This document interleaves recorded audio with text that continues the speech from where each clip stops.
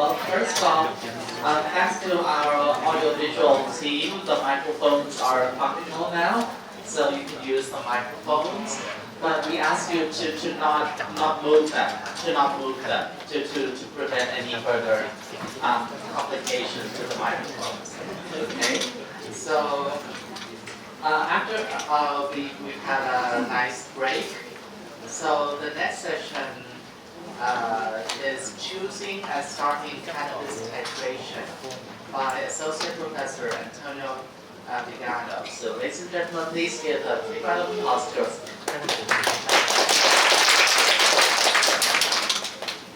I have to applaud you because you are participating in the discussion, which is the part that I like the most. Okay, to be really honest.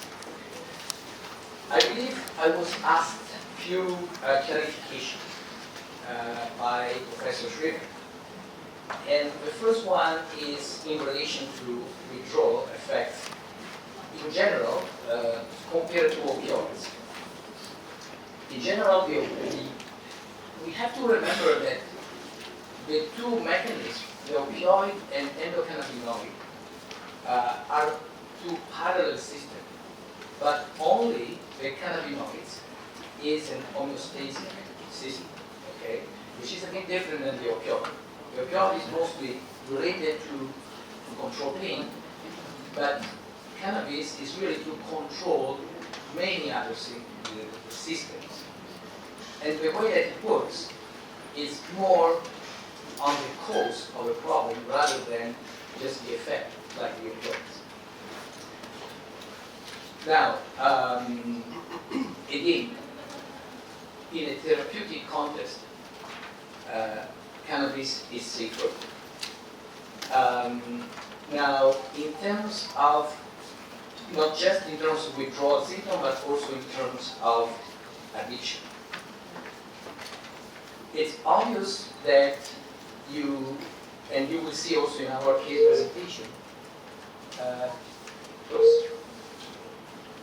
Thanks, Bruce. Okay. I just move it fine. And the question is the addictive potential of cannabis as compared to opioids. It's obvious that when we are talking about, for instance, a patient that comes to you and are already taking high doses of cannabis, although those high doses may not necessarily be that effective as it would be a similar dose of a control product or a high quality product. But there is definitely the presence of what we call addiction potential, or when that is already established, we call it cannabis use disorder, which is the same than opioid use disorder. So it's a specific condition where essentially the patient is completely hooked with cannabis as it would be with opioid. So that is and tolerance, as we have seen before, can become a problem also. Without an unregulated use, for instance, only use of inhaled product. It's like using short-acting opioids. If you use them on a regular basis, the potential for becoming addicted is much higher in different ways, but primarily on your brain, how your brain works. When the patient comes and say, I don't want to use cannabis because I fear to become addicted, we will be very clear. It is not the case, or it will not be a case if you follow our recommendation. And our recommendations are primarily meant to avoid the brain to start taking that shortcuts towards an artificial paradox, which are really the way that patients goes into an addiction problem. We have also what we call harm reduction procedure. For instance, when that patient comes and says, I'm smoking, let's say, 5-6 grams a day of straight cannabis. My first reaction will be, we need to start some long-acting preparation, like oil, or Nabilon. Actually, Nabilon is a fantastic medication because patient may tell me, well, doc, I cannot afford to buy cannabis because I'm poor. Well, Nabilon is paid by the government. Okay, so we don't have that excuse either. But Nabilon is like methadone. The potential of addiction to Nabilon is very, very low, almost inexistent, because it's a long-acting preparation, doesn't give you a high immediately. It may give them some euphoria, but it's totally unpredictable. So for patients who are addicted, this is not what they look for. They look for something that works right away, that gives a big effect, immediately, and that is all the addictive sort of behavior that you need to regress from. And the first would be the Nabilon. The second, and the Nabilon for me is also, as I was mentioning to a colleague, a way to start a therapeutic alliance with the patient. If a patient is not willing to try Nabilon in a serious way, because some patients comes back to me and says, I took a pill, didn't like it, I stopped it. Well, that is not enough for me. It has to be tried properly. Sometimes Nabilon may have different effects than the natural cannabis. Still, the patient can become tolerant to this different effect and may start to benefit a lot if he kept taking the medication. So, for me, Nabilon is the first establishment of the possibility of working together with the patient. Particularly, it's a patient that has been using already cannabis in a recreational more than in a medicinal way. We know the certain patient comes to you with specific condition, like hyperactive disorder, for instance, like all kind of abuse that they had in their So these patients have been going to cannabis because they didn't have any better way to deal with their situation. And in my opinion, those patients can benefit a lot from medicinal cannabis, but they need to follow your instructions. If a patient comes and says, I only want to smoke, this is not good for me. I say, I'm sorry, but I'm a physician, I need to do something that is good for you and what I can be responsible for. So that's why Nabilon and oils are very important, because the potential for addiction is much lower than in inhaled products. Okay, so now, in general, in my patient, I never saw a patient becoming addicted. Okay, but you need to prevent that. Meaning, you have to teach the patient how to use properly the oils. So when somebody is naive, for instance, as Virginia explained, you need to teach them that the effect may not come before 3 days that they've been using a certain dose, okay? So there are patients that say, well, I take another dose because that was not effective, I take another dose and then they become intoxicated, okay? Because that is accumulating very fast. So it's important to give teaching. It's important to tell them that you are treating the suffering, you are not creating a paradise artificial for that. So you will be helping them to go better with their condition, but in a sort of medical-driven fashion. Okay, so a lot, and it's not easy. I mean, I have to tell you that I had already one hearing with Palliative and I'm going to have another one with our professional orders because of patient complaints. Because the patient was asking me to do something that was not right. For instance, to prescribe a much higher dose, to authorize the patient for like 3, 4, 5 grams a day instead of just 1. So these is all things that I'm telling you, it's not easy all the time, okay, and I have my problems to deal with, but this is the only way to start with the right foot. And if the first steps is not going better, is not going good, I don't think the others will go, are going to be better. And that patient may take a lot of your time and with very little outcomes.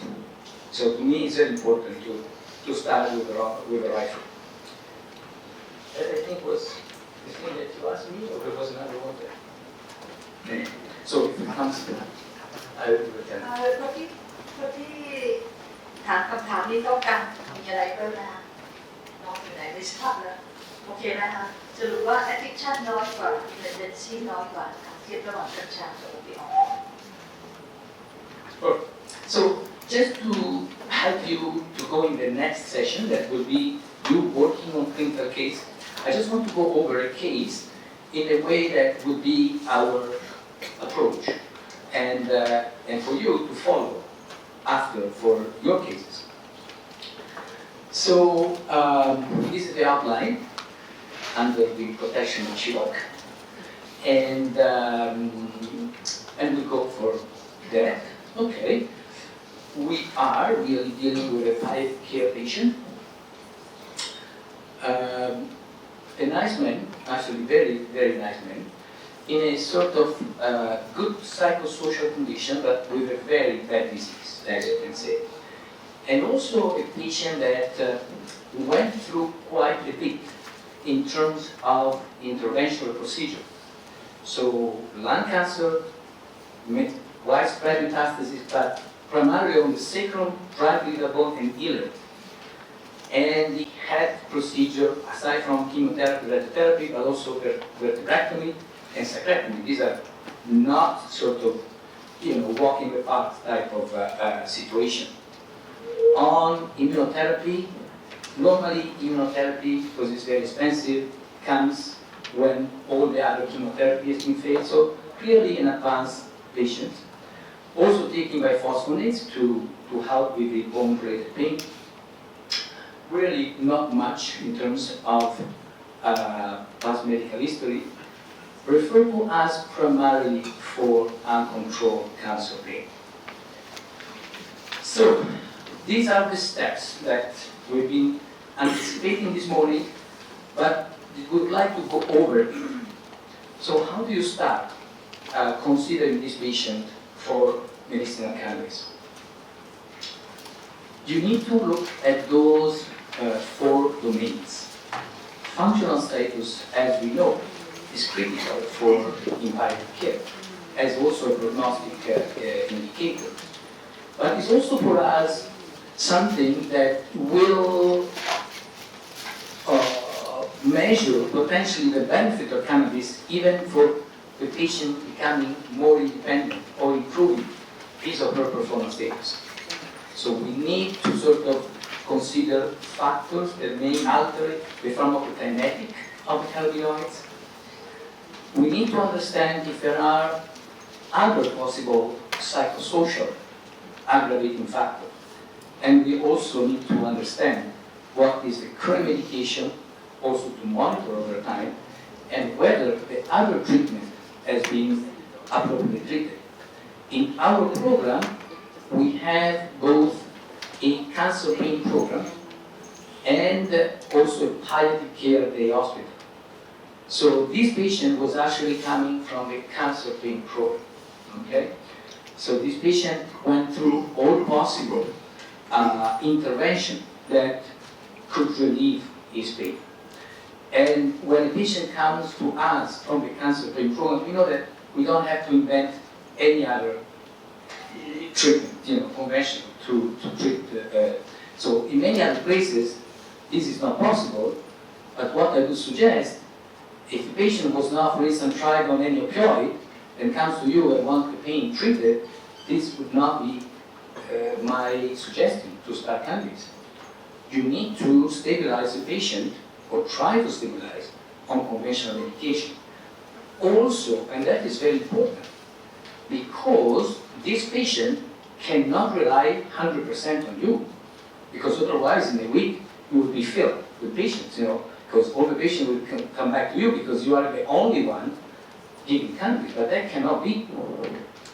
So you have to make sure that your intervention are integrated with the care that the patient is currently receiving.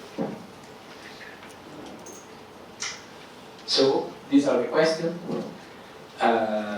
Obviously, it's important to look at contraindication. As we say, there are relative and absolute.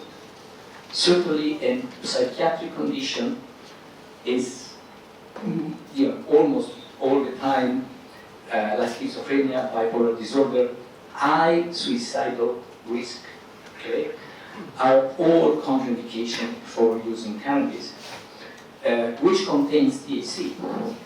But CBD rich would not be contraindicated necessarily. And again, review of potential adverse effect, even from using cannabis. Even as we said before, if a patient comes already very, very fatigued, and give him CBD, you will make him more fatigued, unless you have a specific CBD that we know has more, a stimulating effect. So these are the, the condition. In cancer patient with metastatic disease and progressive, age is not necessarily a contraindication. We know that this patient has a limited prognosis. We are not concerned about long-term mental, consequences, poor development of frontal lobe, meaning low judgment capacity that may come from using THC. Okay, so now there are always limitations. You want to try always the safest approach, and so it's obvious that you don't want to offer THC necessarily right away if you can avoid it. So these are the precautions. And again, when it comes to history of substance dependence or abuse, that is where you need to be more careful in using inhalation and in using THC-rich products. Nowadays, we have very potent THC concentration. For instance, for dry cannabis, it can go up to 30% of THC. That in somebody who has already a predisposition to become addicted, that is a big problem and should really be avoided. So at times when we really need to use a bit THC because the CBD is really not doing anything, we will look for, like 4%, 8%, maximum 12% of THC in a dry product. And in an oil, we just, make sure that the milligram that the patient is taking of THC are not too high. So, again, interaction with other medication, important. Patients who are pregnant or breastfeeding. I've seen a patient with problem with low back pain, very, very important, who used cannabis throughout the pregnancy and also used that for labor and delivery. Now, these would have been contraindicated according to Health Canada and to most of the literature, but you need to look at the less of the evil. Okay, what for that patient, she didn't want to use any other medication, and we make sort of a deal. And also, very importantly, I've been working with the gynecologist, with the obstetrician, to coordinate my work with him. Okay, so when you are in conditions that are a bit gray area, it's very important you create an alliance with the other physician who are taking care of that person. You don't want to be the only person, the only kid in the block, okay? Because that would be a very sort of difficult situation. Also, if the order of physician is going to audit you're doing, okay? So that's very important. Document very well. The patient assured me that she was using primarily CBD, just in strain condition of PTSD. She used THC by inhalation during labor and delivery, but we know that that will not affect necessarily the fetus. And during breastfeeding, she was again going back to using almost exclusively CBD product. So you see, there are situations that you need to sort of understand and you need to moderate. You cannot be, too radical. And again, patient under 25 years of age for their development. Okay, let's go back to the patient. Very, very important to do a proper documentation of the type of pain and the distribution of this pain, as you would do with any other approaches. And so what characterizes this situation are essentially the three poor prognostic factors for a cancer-related pain. Neuropathic, incidental, okay, and I would say associated with some sort of psychosocial distress, because this patient was going through a terminal condition. Okay, so all these factors make this pain more difficult to be controlled with conventional approach. And again, vertebrectomy had already blocks, had already a lot of things to relieve this pain. Pain doesn't come by itself. It comes with other symptoms. It comes with potentially anxiety, depression, and all this fatigue, and all this insomnia, and all this can really make this pain worse. Okay, so although cannabis is not a miracle drug, but it can potentially help in different domains. Emotional status, frustration, anger, irritability. He had a good family and friend support, some sort of limitation in daily life activities, but I would say that it was more than moderate. Although his performance status was still not too bad, okay? So less than 50% of his time was sitting or lying down during the day, if your performance status. Other medication. You see, this patient was taking already the big guns, methadone, pregabalin, Celebrex. So we cannot say that this patient was not tried appropriately on other medication before. Important use of substances. Okay, this is to tell us if somebody has addiction to smoking or addiction to alcohol, this obviously is a patient at risk also for cannabis. Now we say, well, we should do cannabis instead of opioids, but the potential for addiction is there as well for cannabis. So we cannot just substitute, one addiction with another addiction. We have to be aware of the potential for medication abuse or dependence for cannabis as well. So, very important, previous use of cannabis. Number one, to determine whether there is a risk of addiction. And number two, to determine if the patient may have had bad experience in the past. Because that would be a big red flag, in which we will have should be very, very cautious, particularly with using THC. But it seems to have good effects. He was already using that on his own. And these were the effect, improve mood and stress, reduce pain, less nausea. It's obvious that this patient was referred to our clinic because he was already using cannabis with some effect, but obviously not in a deliberate fashion. So, this is our assessment. The next step is what should be our treatment objectives. As I mentioned yesterday, treatment objective may change over the course of the follow-up of the patient, and if we don't document them appropriately, we may not be able to help the patient very well, and we may have also a lot of frustration. So we need to document were our target with the cannabis. we say pain, anxiety, insomnia. Okay? There are other symptoms that we were talking about. Those were the most important.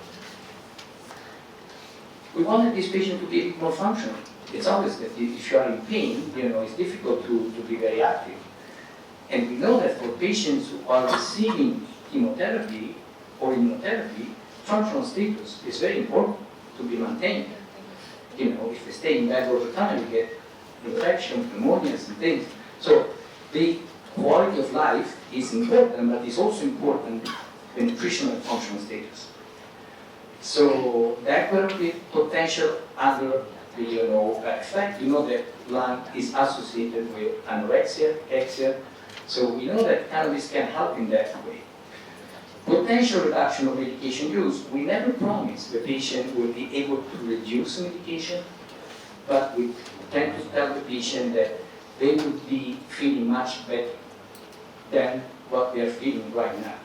Much better, again, depending on the response. But our effort is first to improve quality of life, function, weight, rather than necessarily decrease medication. Okay? So, treatment agreement, as we say, never say the cannabis will be an alternative to your treatment, is a complementary measure. And always try to kind of dispute with internet-based knowledge that cannabis is going to cure their cancer. Okay? Unfortunately, this is very common, but we have to be very, very sort of firm that at this point in knowledge, we can only deal with the symptom and quality of life with cannabis, but not with treatment of disease. And of course, patient cannot use other products than the one that we are going to recommend. Patient may say, well, I would like to try another licensed producer. Absolutely, we don't have any trouble, but it's us that needs to make that suggestion, that decision, that advice to the patient. Otherwise, it becomes impossible to, particularly the patients are, very fragile like this patient. So this is really going back to the treatment plan, okay? These are all the questions that you need to answer, okay? So, cannabis is not a medication that is easy to deal with as the other medication that we normally use for pain. So, these are all the choices that we have.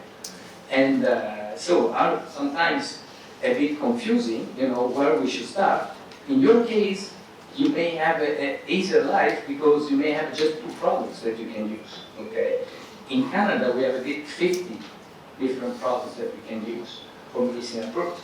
Okay, so it's quite a different. And the different way of administration, so for dry cannabis, we use percentage of THC, CBD, and CBD. For oils, we use milligram per ml. Okay. So we have been going through that, already. This is a part of the teaching that we are giving the patient because they need to be a bit in charge of their treatment. They cannot be just robot doing what we are telling them to do because they need to find their own sweet spot.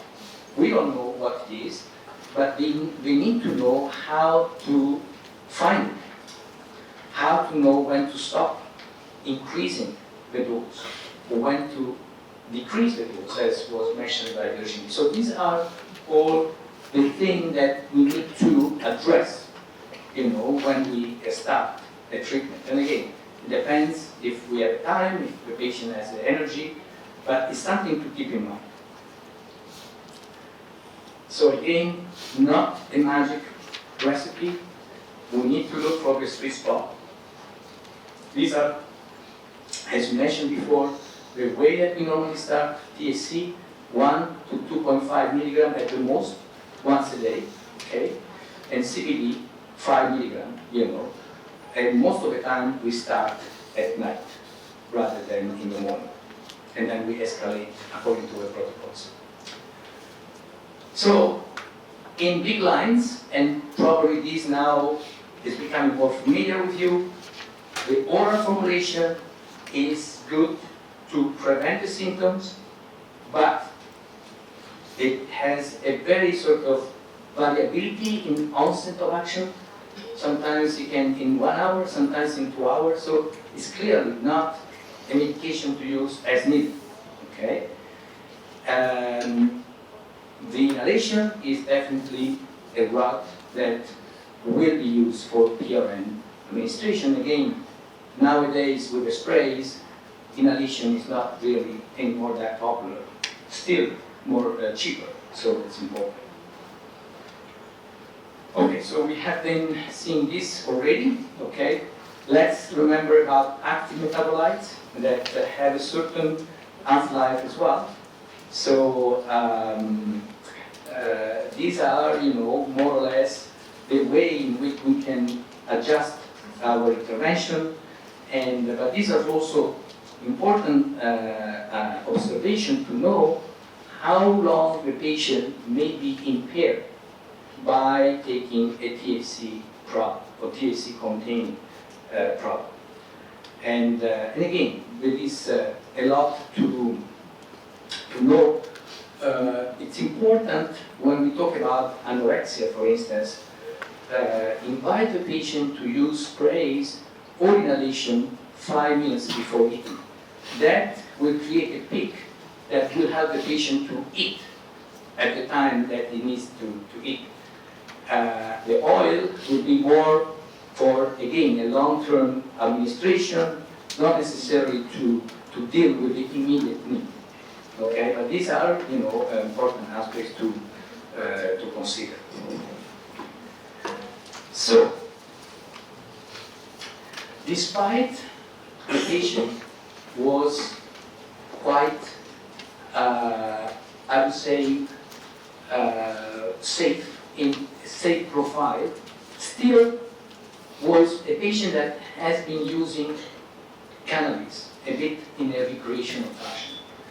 So we wanted to switch from just a THC-rich product that the street products in general don't have any CBD, because CBD is most difficult to grow, it's more expensive. So we can assume that even if you don't know what the patient is taking, it's likely a THC product, THC-rich product, okay?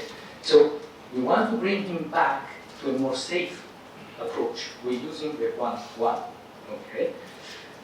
To impact on pain, insomnia, nausea, and, to potentially have effect also the inflammatory component, which is always present in cases with pain, more or less, and with anxiety, plus harm reduction, as we said before. So, now, as we mentioned before, we will look at a protocol to titrate upward the 1-to-1 oil, as we will do with a long-acting medication, starting always at night. And we will also use a inhaled, either THC-rich or better, THC and CBD, just to have effect on the pain crisis.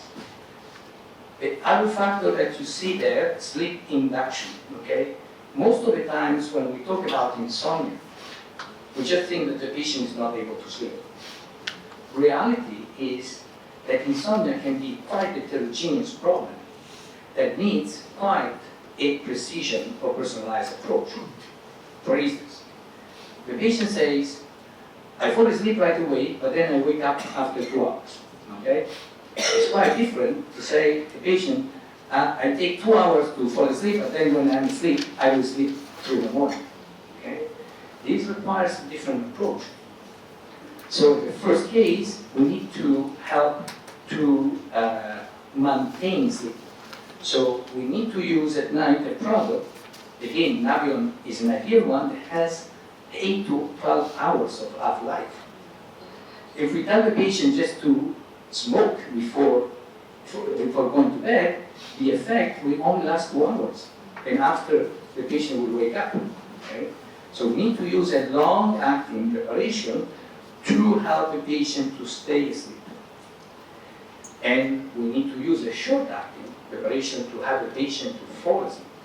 Okay? So the two together are a perfect combination. You know, patient may just do a spray or an inhalation before going to bed, and then at the same time take either an oil or a capsule Nabilon to have, you know, the problem fixed about hopefully in terms of insomnia. Okay, Nabilon. Okay, we didn't talk about Nabilon necessarily with him right away. We tend to make also a decision. You don't want to start 2 different products at the same time. When it comes to cannabis in Canada, because of the registration process, it takes more or less 7 to 10 days before the patient can actually receive a product at their home. Okay, this is the ideal time to start the Nabilon, so that they can see what is the effect for the night sleep. Okay, but if the oil and the Nabilon were available at the same time, I would start either one, but not both of them at the same time. Okay. So monitoring side effects and follow-up. These are, you know, the quoted, you know, as common side effects. Again, the intensity of these side effects is generally mild, okay, and generally can be adjusted or can be overcome with those maneuvers. Okay, there are times where you may have a big reaction, and at that point you need to decide whether the patient is a suitable candidate to continue cannabis or not, as it would be for any other medication. But one aspect that we were discussing with Eugenie yesterday is that patients, cancer patients, advanced cancer patients, they take a lot of medication with anticholinergic effect. Okay, so for them, dry mouth becomes a big issue, and unfortunately, cannabis is not going to help them. It's going to make things worse, and so that is something to keep in mind. Okay, that could be a limitation to use of cannabis. So obviously, you know, sedation somnolence, when there is a pharmacodynamic interaction between opioids and cannabinoids, that can be an issue, okay? But again, we have to try to find a synergy, a positive synergy for the patient versus, so if the cannabis work, for instance, we may try to decrease the opioids, okay? So we don't want to maintain a status quo. We want always to try to adjust things in order to help increase tolerability of this medication. Side effects should be monitored first. As was mentioned before, we start the treatment only to reduce tolerance.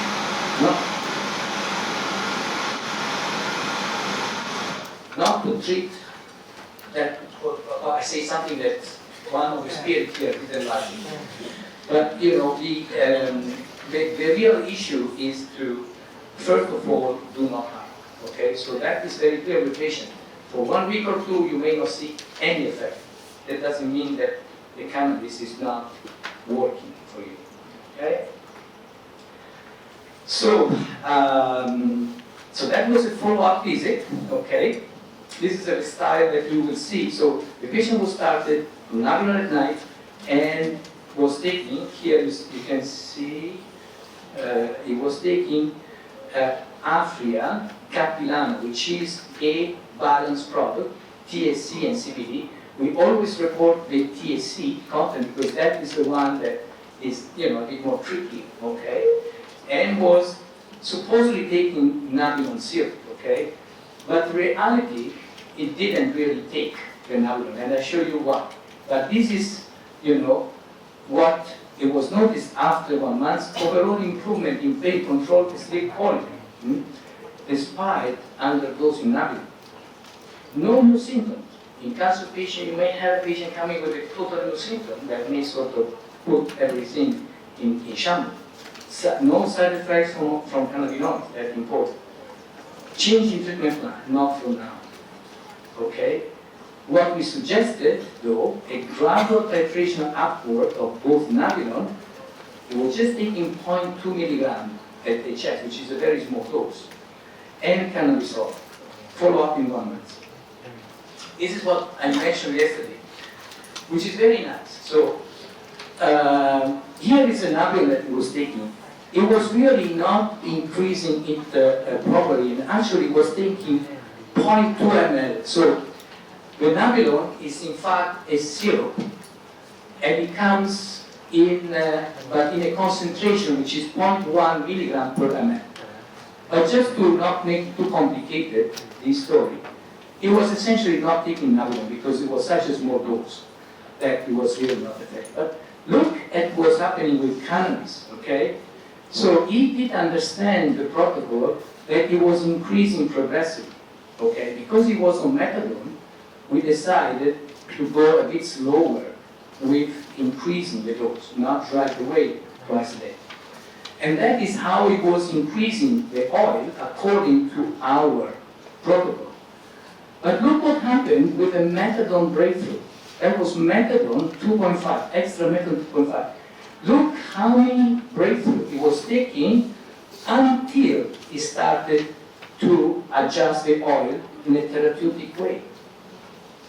So you can see that it ended up taking maximum 2 doses of Nabilon during the 24 hours, as compared as, all the doses that I was taking that were like 3 or 4.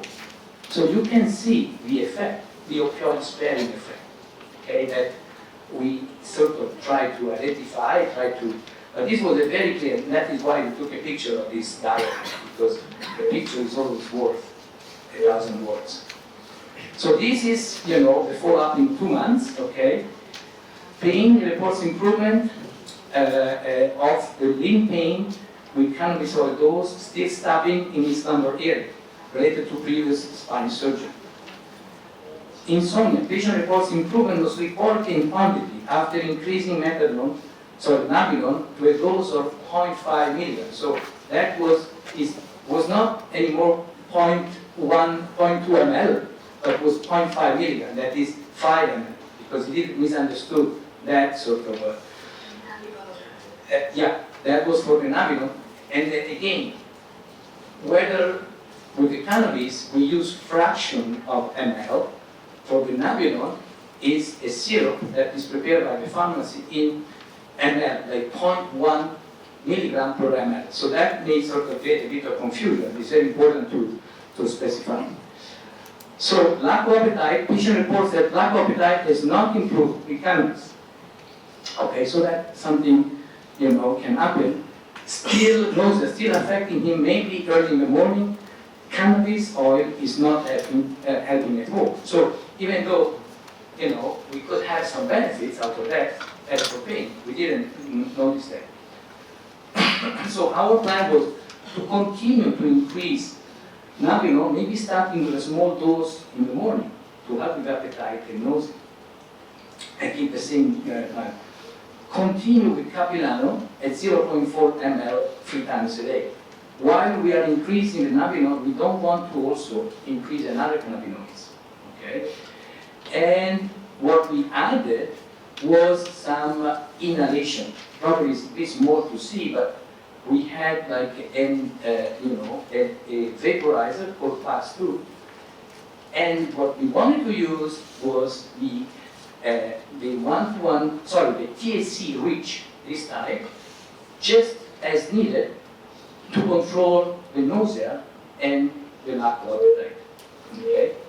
At the same time, so the oil at times doesn't work because it cannot reach the therapeutic range that you need, okay, to control a certain symptom. And some patient finds that they cannot increase further the oil because they have all kinds of side effects.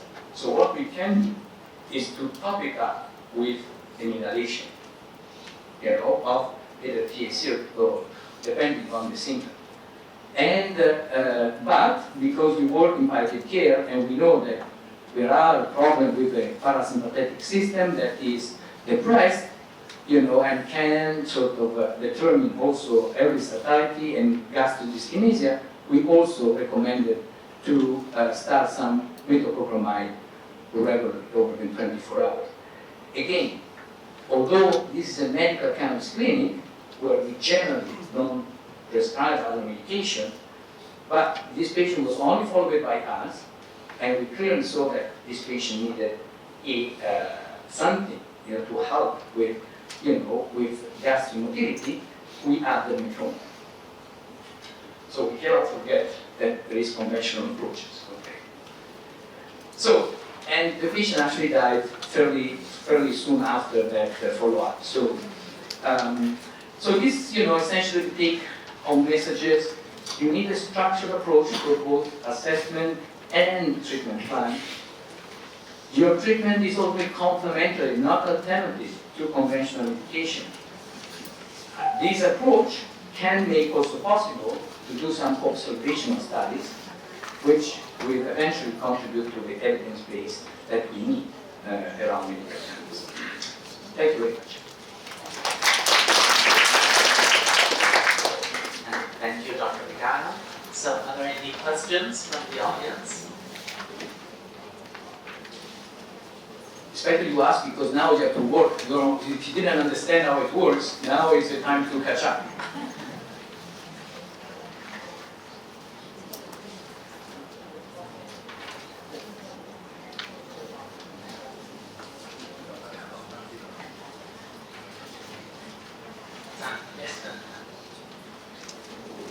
When this patient came to you and he got the history of responsiveness to the cannabis on the street, so what made you choose to manipulate the medical cannabis instead of following the WHO analgesic ladder by titrating the opioids?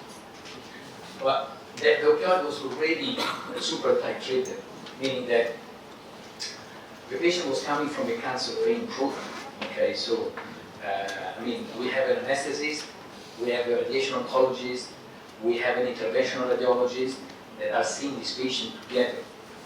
So I can assure you that the conventional approach will fully approach. Eugene, you want to add?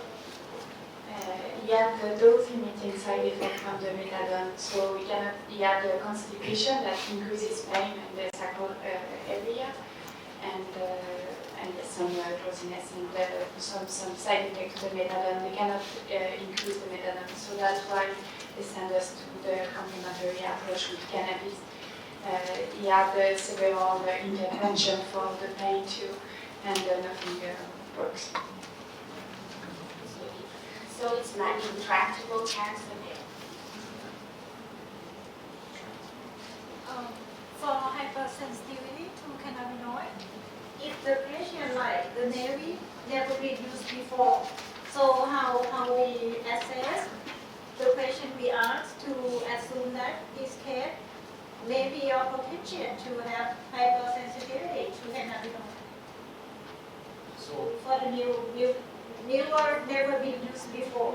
absolutely, as everything that we give our patients, you never know if can trigger an allergic reaction.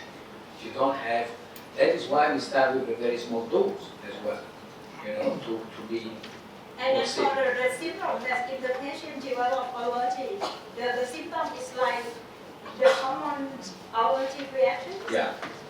Well, most of the time, yes. I mean, it could be rash, could be, sometimes it can also develop with respiratory symptoms, Did this patient still continue with the methadone, Celebrate, pregabalin, and the acetaminophen? They still continue with stuff. Yes. But what is reduced was the breakthrough doses of methadone. And that's why was more comfortable for him because of with the breakthrough of methadone, he was having more constipation and more side effects. So he had better quality of life by decreasing it. We don't have any spread population in Thailand. What's your suggestion?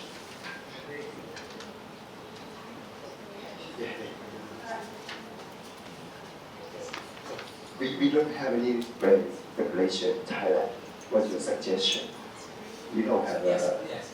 not well-developed country. Well, but I guess you have a very skilled pharmacist that could sort of start preparing some of those sprays, you know. The sprays is oil. It's not something different, you know. But the one that is only, you know, it's a micro dosing that it takes place with a spray under the tongue. Okay, so, and I think I probably are a bit more, I mean concentration, yeah, a bit more concentrated as well. So it's an issue of concentration primarily and way of administration. So if you can concentrate them a bit more and just put it in a spray, you know, like in a dispenser, like you use for a perfume or something like that, you have your spray.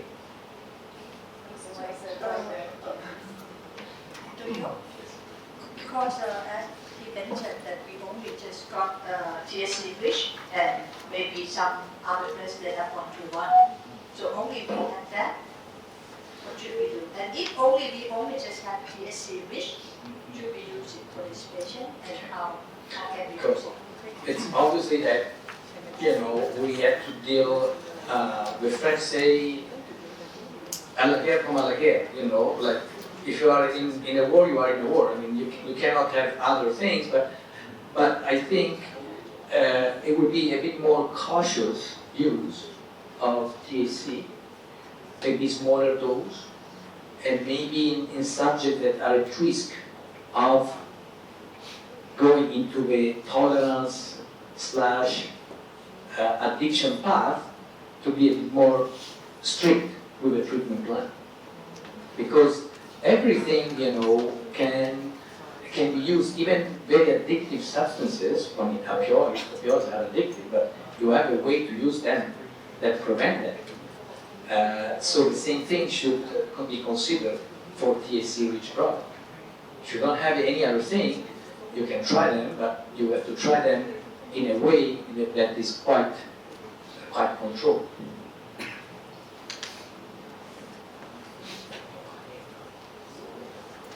For example, in this case, if you have only THC-rich oil and the patient is already frail and taking high dose of opioid, what you can do is titrate that very slowly to start only at night a THC-rich oil for even maybe 1 week or 2, and then increase to twice a day to be like a very safe approach to limit side effect and interaction.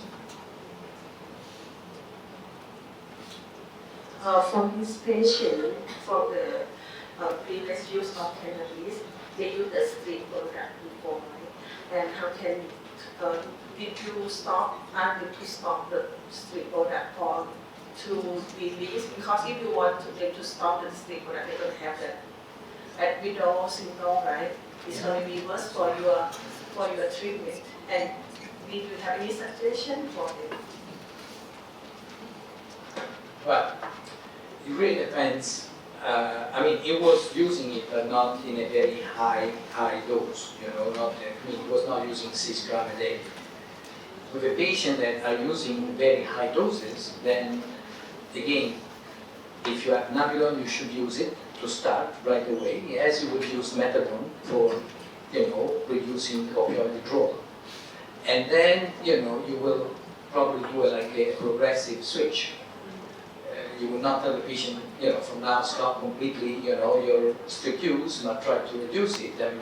And when he comes back for the follow-up, if he's still using strict product, there's a problem. Because he's not able to, you know, he didn't want to, you know, to stop that.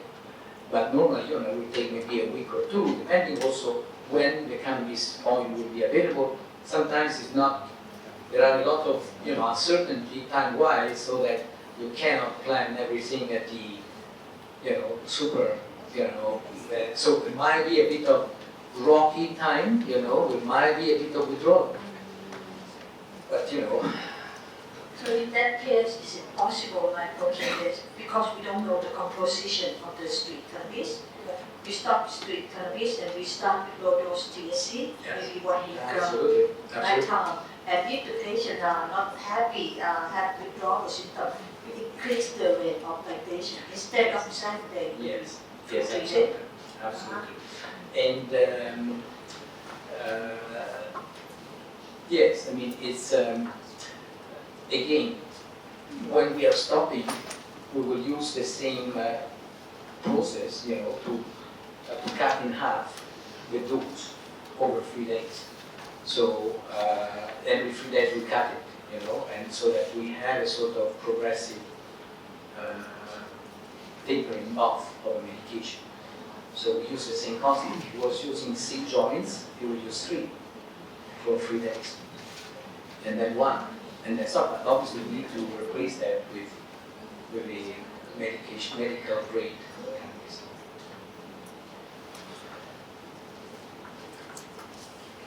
I would like to have my opinion on THC-rich product of Thailand. I think it's a little bit more beneficial at night because it puts patient to sleep.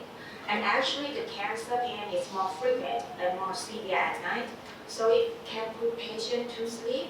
So patient will have peaceful night and maybe requires less opioids. So it might be one of the factors contributing to opioid sparing effect. So in fact, it has the place to use that, but we have to be very careful because it's THC rich and it doesn't have CBD, so it doesn't have any anabolic effect to the THC. Yes, and always keep in mind that for a specific patient, that THC that put everybody asleep could be perking up. Okay, so there is that sort of, you know, we call it cultivar effect, which, you know, you need always to keep in mind. And we've seen even patients that were given CBD in the morning with the idea to perk them up, and they found that it worked very well for them to take it at night because it was helping them to sleep. So there's nothing written in stone. And, you know, you just need to observe the patient, to advise the patient, and then to come to a process where you find your sweet spot. Again, if the patient is unstable, is in pain, you know, is terminal, it's not the time to start cannabis. This is our experience. You know, so it's really something to fill the gaps, not to fix the whole situation. Okay, so that is how we look at that. And do not forget the biotactic effect of the THC. So low dose can be very good for sleep or anxiety. Higher dose can be the opposite, right? More anxiety and euphoria. What is the cutoff point for the biotactic? It's always a variable situation, okay, and yeah, but probably, you know, low doses would be anything up to 10 or 15 milligram of THC, you know, but again, you know, it's incredible how you see even microdose become very effective, and so, you know, it's nothing that you can predict, but by increasing the doses, you always run a risk of making the patient sick. We have the cannabinoid hyperemesis syndrome, okay, which is something that you see with recreational use, because they use a lot of THC, and now with the edible products, the problem is that they don't have right wave effect. So they keep eating, you know, candies and things like that, and then all of a sudden, you know, the product is accumulated and they go to emergency because they cannot stop vomiting or because they have. So luckily, they will never stop breathing. Okay, so that's the big difference between opioids and cannabinoids. A cannabinoid overdose, if it's just a cannabinoid, will probably not kill you. And whereas an opioid overdose can. So. In Thailand, we have many herbal medicine, herbal drug, including cannabis.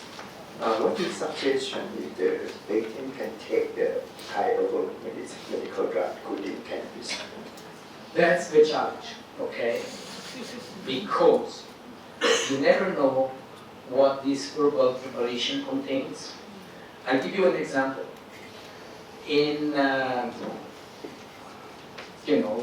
Montreal, patient likes to use like Chinese remedies, okay? And then they get a lot of side effects or lots of problems. But they feel, well, this is a natural problem. Well, it's a natural, but it's a medicinal problem. So it can have a lot of interaction. And again, what I recommend the patient, and over time, I can follow them, is if we don't mess up with our recommendation, they start to taking other products, they have to make a choice. If they want our advice, they need to follow our advice. If they want to go their own way, fine. But, unfortunately, I would feel uncomfortable if the patient is taking something that I cannot really know what is the interaction, what is the concentration, what possible, effect may have. So I know that it's difficult to sort of work, in certain environments, okay? But what can I tell you? If you have a secret way to understand it, I'm very happy to know it. But I don't. So, that's what it is. And that is the difference, again, between a recreational type of use versus a medicinal. Even though patient thinks that they're using something medicinally, they are not. They're using it according to what they think.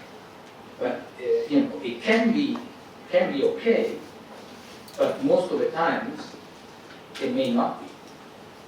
And you are responsible for when you write an authorization for cannabis in Canada, you are responsible for that patient use of cannabis. So I don't know what happens in Thailand, but if the patient goes to emergency because of cannabis, they will look at who prescribed cannabis. In real situation, they don't tell you what it has been taken. However, you have ways to understand it, okay? Because, you can capture in certain type of reaction or in certain type of what has been happening, because it's true, there is quite a heterogeneity in the response to the medication, but up to a certain point, so.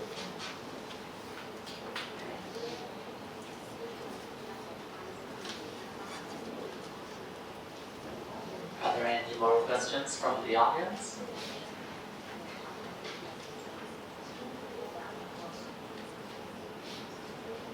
Okay, so if there are no more questions as of now, so we probably move on to the next session. But before that, I have a quick announcement about the certificates. So as I stated yesterday, the certificates are in English. So for those of you who have not submitted your English names, please do so with our staff in front of at the registration counter. And another thing is that we had a question during the break about the certificate. Some of us wondered what we can actually do with the certificate. Is it a license that from now on we can prescribe medical cannabis when we go back home? So it is not a license for prescribing medical cannabis. It's just a certificate stating that you participated in this conference. Okay, so I hope that we will clear on that. Okay. So let's move on to the next session, which is the case exercise, right? So in the files here, the professor prepared 4 cases, right? 4 or 5, yeah. I don't know how many are. Remember, it's I think we have 4. 4.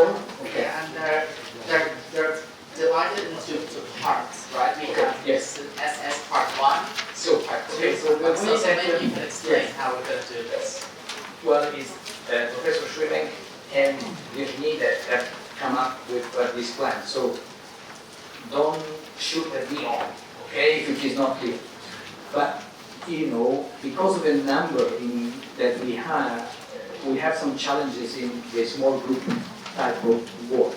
But the way that we have thought about was essentially this morning to divide the view in small group and to look at all cases, okay, where according to the initial part, which is very standard, that everybody will do either in palliative care, oncology, or anesthesia, and other things, then there is an assessment part that you need to fill in, which is essentially what pertains to medicinal cannabis. Okay, so going through the case that we have that I just finished presenting, you need to collect or need to ask the same information.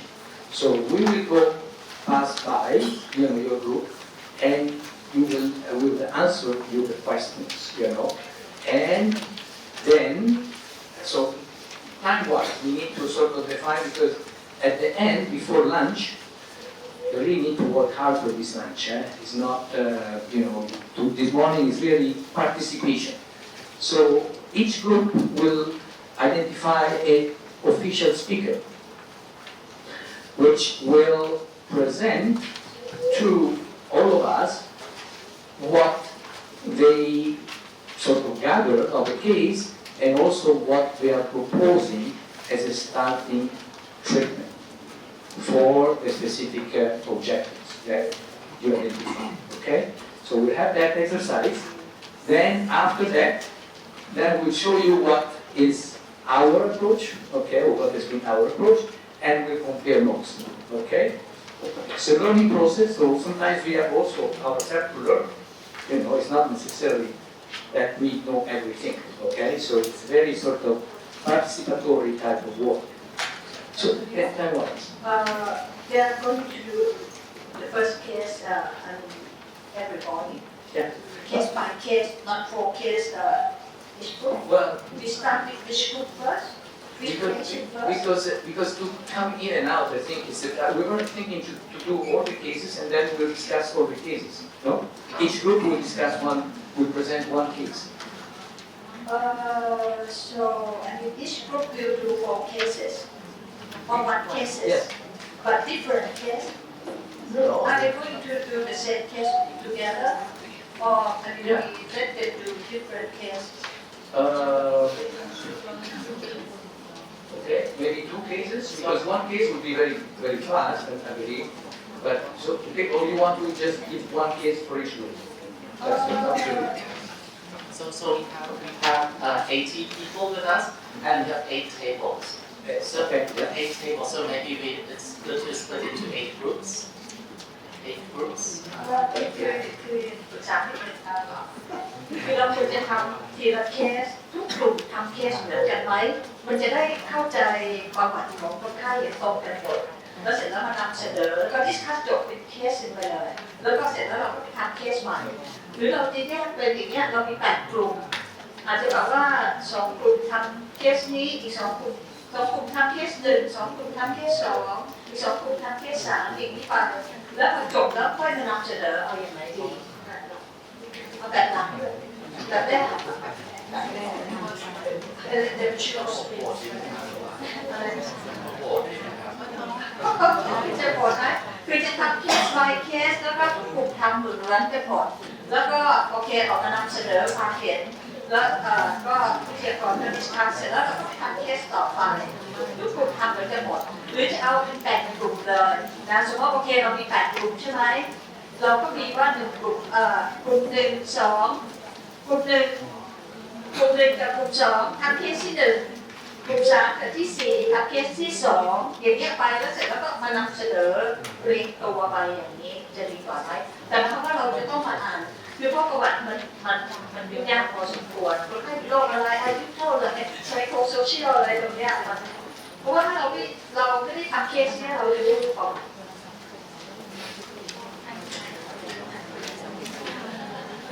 เวลาไม่พอเนาะหรืออย่างนี้แบ่งเป็น1 กลุ่ม 2 กลุ่มทำ1 เคสดีไหมคะแล้วเริ่มทำเลยนะคะทำเสร็จก็มาเรียนนำเสนออย่างนี้เลยแต่ตอนนำเสนอจะใช้เวลามากนิดแต่เนื่องจากเรามี visualizer เนี่ยถือว่าเราไม่รู้ประวัติใช่ไหมเคสที่เป็นโรคอะไรอายุเท่าไหร่ก็ใช้บน visualizer แล้วก็อ่านรายละเอียดคือหมายว่าเจ้าของกลุ่มอ่ะพูดรายละเอียดผู้ไข้เป็นโรคอะไรผ่านการรักษาอะไรยังไงบ้างขณะนี้ใช้ยาอะไรอยู่แล้วก็สิ่งที่ตัวเองจะทำมีอะไรอย่างนี้ดีไหมคะทีนี้กลุ่มที่จะนำเสนอขอให้เขียนmanagement plan ของตัวเองที่จะทำใส่กระดาษแล้วก็มาโชว์บน visualizer นะเพราะฉะนั้น1 เคสจะมี2 กลุ่มมานำเสนอซึ่ง2 กลุ่มอาจจะคิดไม่เหมือนกันก็ได้แล้วก็ให้เทียบก่อนเขา discuss ดีไหมคะถ้าอย่างนั้นพี่ขอแบบนี้นะคะขอเดี๋ยวเราจะไม่เขียน number ที่โต๊ะนะเอาจากอย่างนี้เข้าไปดีไหมคะแต่โต๊ะใช่ไหมแต่โต๊ะเป็นโต๊ะในสุดนะเป็น1 2แล้วก็3 4มันเป็น2 แถวใช่ไหมเรียน1 2 3 4แล้วก็5 6 7 8อย่างนี้เลยในรูปจะอยู่ใช่1 กับ 8จะอยู่แรกสุดเขาจะเดินมีเลขไปที่บริชาร์ค่ะอ๋อมีติดเลขไว้แล้วนะโอเคถ้างั้นกลุ่มที่1นะคะทำมิสเตอร์กับ BOD กลุ่มที่1 กับ 2ทำมิสเตอร์กับ BOD ทีนี้อย่างนี้นะคะในอันนั้นมิสเตอร์กับ BOD จะมี2อันนะคะมีอะไรคือจะมี2 พาร์ทเรียนให้ดีขอโทษทีแต่ละอันจะมีพาร์ท1 พาร์ท 2นะคะแต่พอดีเขาเรียงไว้ไม่ดีนะคะ LD พาร์ท1 พาร์ท 2 LC พาร์ท1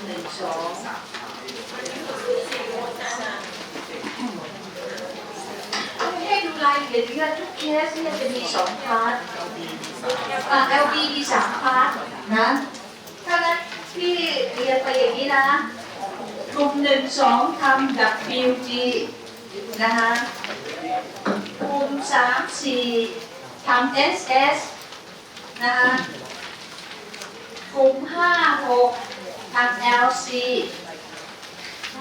และกลุ่มสุดท้ายนะคะกลุ่ม7 8ทำ LB เดี๋ยวนะคะไม่งงนะแล้วแต่ละกลุ่มดูด้วยบางทีมันมี2 พาร์ทหรือ3 พาร์ททีนี้แต่ละกลุ่มก็ดูเลขที่โต๊ะของตัวเองตรงฟลิปชาร์ตแล้วก็เลือกเซตเตติคนที่จะเป็นคนออกมานำเสนอนะคะเขียนใส่กระดาษเพื่อที่จะโชว์ใน visualizer ว่าแผนตัวเองแผนจะทำยังไงอะไรแล้วก็ตอนออกมาพรีเซนต์ย่อประวัติให้ฟังนิดนึงว่าคนไข้อายุเท่าไหร่เป็นอะไรค่ะ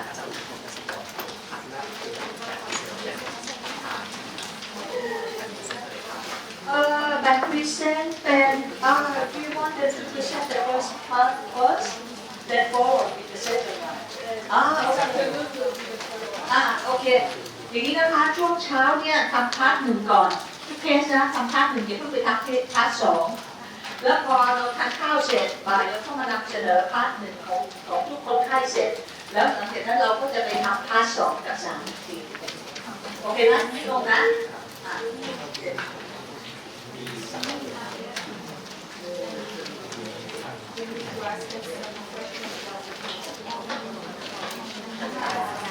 อย่าลืมนะคะแต่ละเคสเนี่ยหรือเมื่อเช้าเราเรียนไปแล้วพอเคสเข้ามาปุ๊บเราต้อง access เสร็จก็ต้องดูว่ามีเรื่องของ counter indication ในการให้ไหมหรือว่าโกของหรือ indication ของการให้เคสนี้เป็นอะไรมีโอกาส active และปากคือเรียนตามที่อาจารย์เขาสอนตอนเช้าเลยชีทอันนี้นะคะให้ดูรายละเอียดตรงนี้ด้วยแล้วเสร็จแล้วค่อยไป treatment plan จะใช้ชนิดไหนขนาดเท่าไหร่นะคะทีนี้โอเคเรามีแต่ TSC ไม่เป็นไรแล้วก็คิดเหมือนเรามีโน่นมีนี่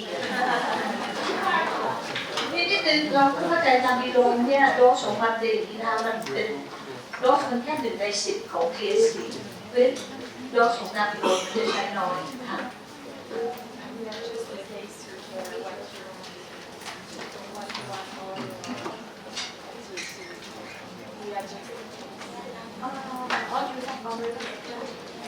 want them to use what they have or they can They can use what they want, what they are going to want and teach students because we are just in place.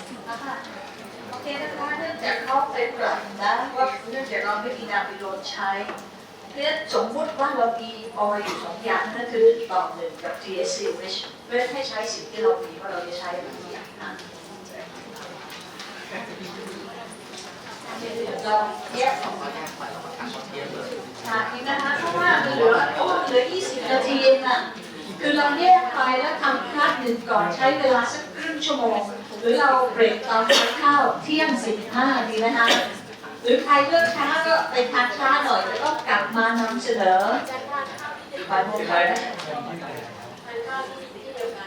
อ๋ออยู่บนโต๊ะก็เลยก็เป็นอย่างนี้เนื่องจากเราต้องการเวลา discussion กับคำถามเยอะมากหยิบไปด้วยทำเคสไปด้วยดีไหมคะแล้วเรามานำเสนอบ่ายโมงตรงนะ